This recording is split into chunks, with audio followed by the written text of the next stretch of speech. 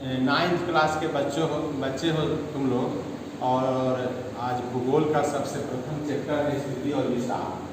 तो इसको पढ़ाने के पहले हम आज पढ़ाएंगे कि इसके पहले के पूर्व ज्ञान के बारे में। जैसे हम जानेंगे अक्षांश क्या है।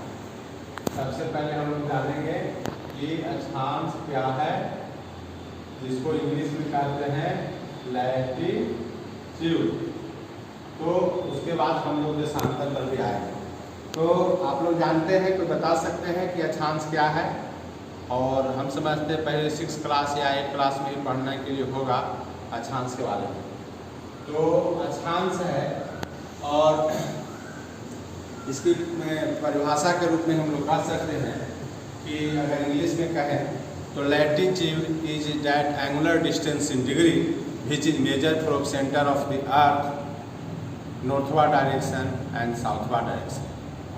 अगर हिंदी में हम लोग जानना चाहें तो अक्षांश वह कोणात्मक दूरी है जो पृथ्वी के केंद्र से मापी जाती है डिग्री में, उत्तर दिशा में और दक्षिण दिशा में। और हम जब पृथ्वी का हम लोग नक्शा बनाते हैं तो हम लोग देखते हैं, अभी बात आपने आई कि अक्षांश वह कोणात्मक दूरी है जो पृथ्वी के केंद्र से उत्तर दिशा में और दक्षिण दिशा में डिग्री में मापी जाती है।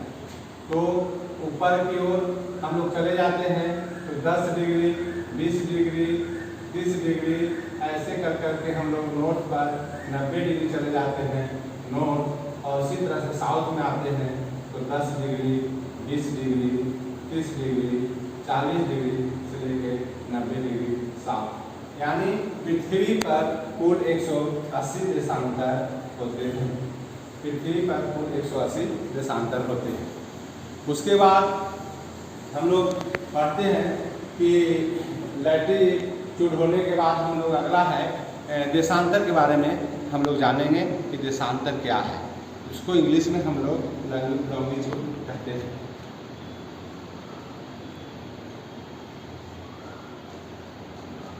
देशांतर इसको इंग्लिश में हम लोग कहते हैं लॉन्गिट्यूड। इसको इंग्लिश में बोलते हैं longitude is that angular distance in degree which is measure from centre of the earth eastward direction and westward direction. यानी हिंदी में कहते हैं कि देशांतर वह कोणात्मक दूरी है जो पृथ्वी के केंद्र से पश्चिम दिशा की ओर और पूर्व दिशा की ओर मापी जाती है। और इसको हम लोग जब करते हैं तो इस तरह से बनाते हैं, और पूर्व की ओर पृथ्वी के केंद्र से 180 डिग्री और पश्चिम की ओर 180 डिग्री देशांतर रेखाओं का भेद होता है। पृथ्वी पर कुल 180 जोड़ 180 यानी 360 डिग्री 360 देशांतर रेखाएं होती हैं। अब बात आती है कि इसमें पृथ्वी की जब हम बनाते हैं तो जो विषुवत रेखा क्या है, कर्क रेखा क्या है और मकर रेखा क्या है।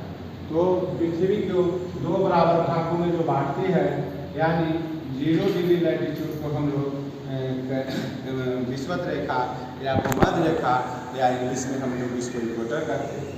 तो 0 degree latitude is called equator, यानी 0 डिग्री अक्षांश को हम लोग भूमध्य रेखा या विषुवत रेखा कहते हैं। 0 डिग्री से ऊपर हम लोग बढ़ते हैं तो 23.5 डिग्री उत्तरी अक्षांश को हम लोग कर्क रेखा करते हैं। बच्चों आप लोग नोट कर लीजिए, 23.5 डिग्री उत्तरी अक्षांश को कर्क रेखा करते हैं। इसी तरह दक्षिण में जाते हैं तो 23.5 डिग्री दक्षिणी अक्षांश को मकर रेखा कहते हैं। तो यह जो बहुत महत्वपूर्ण था कि 0 डिग्री लैटिट्यूड यानी विषुवत रेखा, 23.5 डिग्री लैटिट्यूड यानी कर्क रेखा, 23.5 डिग्री साउथ लैटिट्यूड मकर रेखा, यह बहुत ही इम्पोर्टेंट है।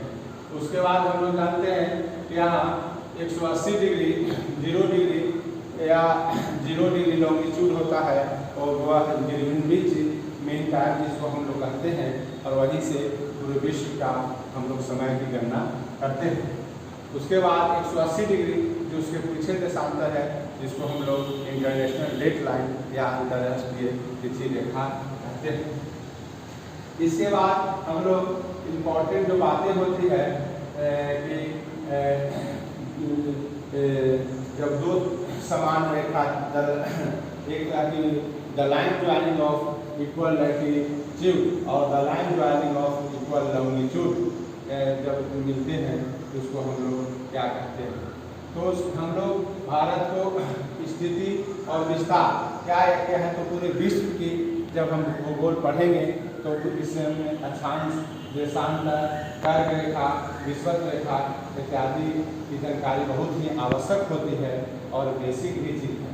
तो हम लोग इस सब पहले जानने का प्रयास करते हैं और उसके बाद आसानी से हम लोग समझ पाते हैं कि जब अक्षांश में डिग्री क्या है, मिनट क्या है और सेकंड क्या है।